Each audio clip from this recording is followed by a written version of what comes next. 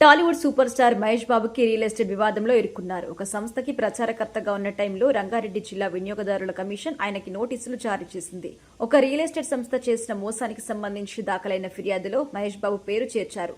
ఒక వైద్యురాలు ఫోరంలో ఫిర్యాదు చేస్తూ బ్రోచర్లో మహేష్ బాబు ఫోటోతో ఉన్న వివరాలు చూసి బాలాపూర్ గ్రామంలో లేఅవుట్ లో ప్లాట్లు కొనుగోలు చేశామని పేర్కొన్నారు. ప్రతి ప్లాట్ కు 34,80,000 రూపాయలు చెల్లించిన తర్వాత అసలు ఆ లేఅవుట్ కి అనుమతులు లేవని తెలిపిందని తెలిపారు. డబ్బు తిరిగి ఇవ్వాలని డెవలపర్స్ ని ఒత్తిడి చేయగా సంస్థ ఎండీ కంచర్ల సతీష్ చంద్రగుప్తా కేవలం 15 లక్షల వరకే వాపసిచ్చారని కూడా బాధితులు వాపోయారు. ఈ నేపథ్యంలో ఫోరం సాయసూర్య డెవలపర్స్ సంస్థ ఎండీ సతీష్ చంద్రగుప్తా ప్రచారకర్త మహేష్ బాబులని ప్రతివాదులుగా పేర్కొంటూ నోటీసులు జారీ చేసింది. నోటీసులు అందుకున్న వారు వ్యక్తిగతంగా లేదా న్యాయవాదుల ద్వారా వినియోగదారుల ఫోరంలో హాజరు కావాల్సిందిగా సూచించింది.